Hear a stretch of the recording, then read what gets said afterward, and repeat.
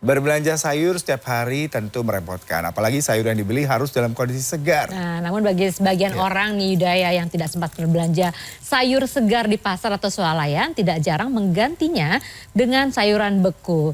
Lalu pertanyaannya bagaimana nih kandungan gizinya sayuran beku? Berikut informasinya.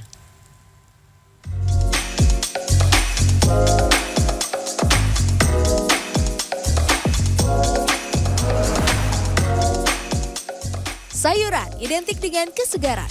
Namun untuk belanja sayur segar, Anda harus meluangkan waktu berbelanja di pasar ataupun swalayan.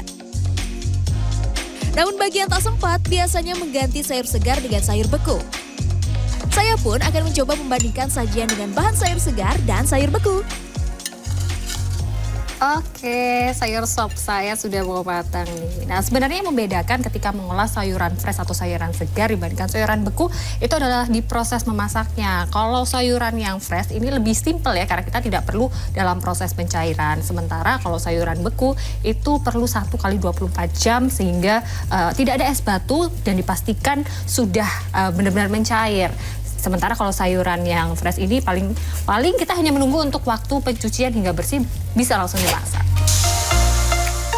Ya, kandungan gizi pada sayuran beku memang tetap terjaga. Proses pembekuan sayuran ini melalui beberapa tahap, seperti pembersihan dan merebus sebentar dengan air mendidih atau dikenal dengan istilah memblansir. Nah, untuk sayur beku sendiri, keuntungannya yang pertama otomatis lebih tahan lama. Ya, dibandingkan sama sayur fresh yang disimpan biasanya hanya tahan 3-4 hari, kemudian dia akan layu atau busuk. Tetapi untuk dari kandungan gizinya, untuk sayur yang sudah dibekukan itu ada satu vitamin yang namanya beta karoten. Itu beta karotennya biasanya konsentrasinya akan lebih turun dibandingkan oleh sayur fresh. Beberapa jenis sayuran hijau tidak cocok dibekukan karena saat dicairkan akan lebih layu dan rasanya berubah. Ini ada 2 olahan sayur yang sudah saya masak matang ya. Nah, kalau sayur sup ini menggunakan sayuran yang segar. Sementara untuk tumis sayuran ini, tadi saya menggunakan yang sayurannya sudah mengalami proses pembekuan atau sayuran frozen gitu.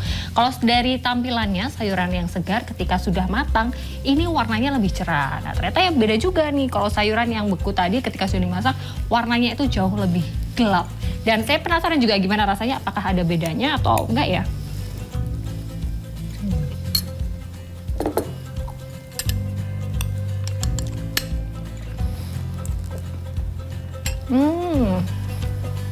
Ternyata kalau dirasa bedanya ini adalah kalau sayuran yang segar itu lebih crunchy, sementara tadi yang sayuran beku tuh lebih lemas gitu ya, rasanya tidak begitu kriuk gitu.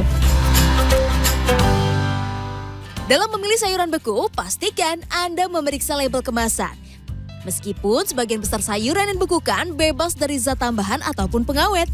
Namun ada juga yang mengandung natrium dan garam yang tinggi. Zat-zat inilah yang perlu dihindari bagi para penderita tekanan darah tinggi. Selain itu, jangan bekukan sayuran secara berulang, sehingga gizi yang terkandung di dalamnya tidak rusak. Gia Clarissa, Aga Dipa, Surabaya, Jawa Timur.